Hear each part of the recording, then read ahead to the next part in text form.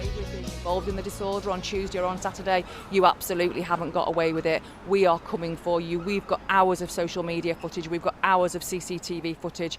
I've got officers working round the clock to identify who you are, where you live, where you work. We are coming for you. We'll be coming for you for the next few days. We'll be coming for you for the next few months. So you might get to next week. You might be sitting with a cup of tea thinking, phew, I've got away with it.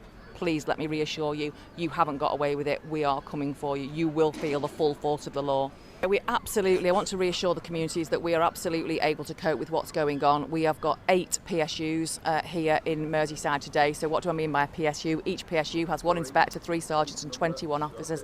That gives you the scale of the number of officers that we've got here able to respond, being supported by colleagues from across the Northwest. So yes, we are equipped.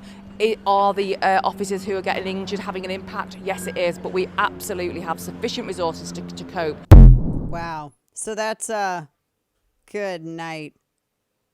That's so crazy. So this is in the UK because they're quite upset, as you know, over the rioting that's taken place all across the United Kingdom, Kane, due to the fact that they've got unfettered illegal immigration with boats arriving on the daily.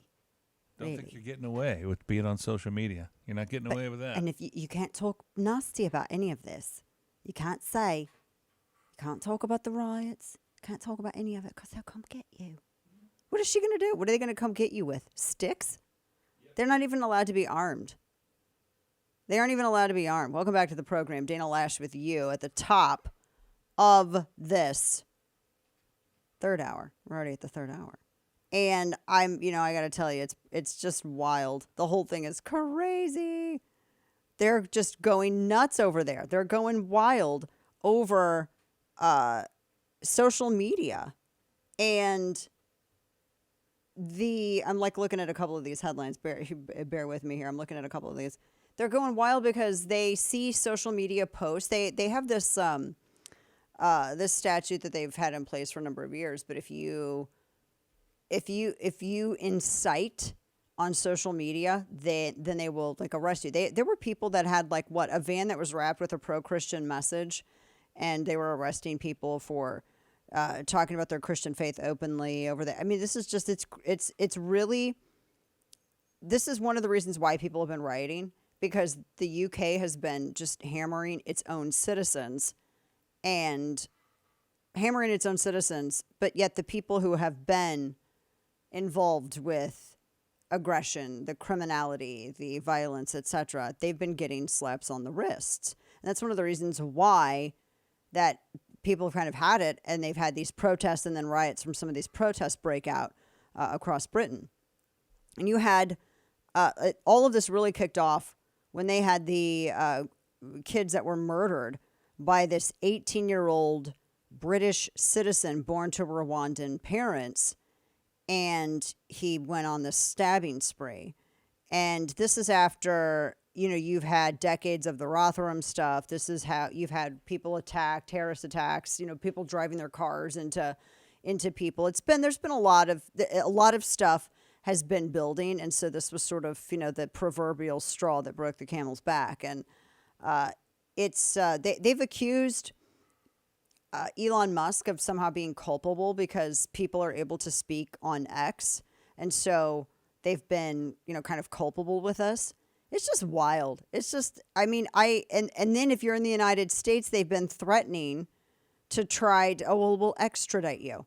I tweeted about that. I think it was over the weekend, where they'll extradite, they'll look into extradition possibilities if you're, inciting or speaking against what they're trying to do in the UK. I mean, we had 1776 already, but they have no freedom over there. They said, Sky News talked to their police commissioner, and they said that the likes of Elon Musk, that's how they referred to him. They were spitting his name. Being a keyboard warrior doesn't make you safe from the law. What? This is crazy. Now, remember, they consider mere disagreement incitement. If you even so much as post a photo of people protesting, that's considered incitement. I mean, it's entirely up to them. Again, these are also the same law enforcement over in UK that visited this. She was like, what, a 14-year-old girl? She was on the autism spectrum, and they were targeting her because she saw a short-haired female police officer and thought that that police officer, by nature of having short hair, must be a lesbian like her grandmother, who has short hair and apparently was a lesbian. And the female police officer took offense and targeted the girl, and the parents were trying to explain, or the mother was trying to explain to the officer, look, this is how she interprets stuff. She's not doing this with malicious intent. She's just simply stating, oh my gosh. And they were going to drag this kid away. This is the stuff that they have to deal with over there. You have no freedom of speech. Kane, does it make you want to go over to Britain anytime soon? Nope. Me neither. It does make you want to post stuff here just to see if they'll extradite. To see if they'll do the extradition. I'm looking for this one story where they had examples of what they were trying to say was incitement, and it literally was just like people posting a disagreement with how the police were handling certain of these cases. And that's not an incitement. People have that's a responsibility and an expectation in the United States to be able to criticize your governing authorities. But over there, they characterize it as incitement so as to scare people off from criticizing their governing authorities. See, that's the whole thing. That's the whole plan. I mean, good heavens. Keir Starmer, the prime minister, through his spokesperson, was saying there's no justification for Elon Musk's comments on... Musk hasn't... He criticized Starmer's response to the riots, and he was like, this guy's leading the UK towards a civil war. I mean, these are all labor policies, too, by the way. And Keir Starmer gets mad and says, Elon Musk is inciting hate, and then they're acting like he's having this interview. Let me pull this up. He's having this interview with Trump. And I think I accidentally closed it, but he apparently there's like they're trying to apparently, I guess, regulate how his conversation goes or something like that.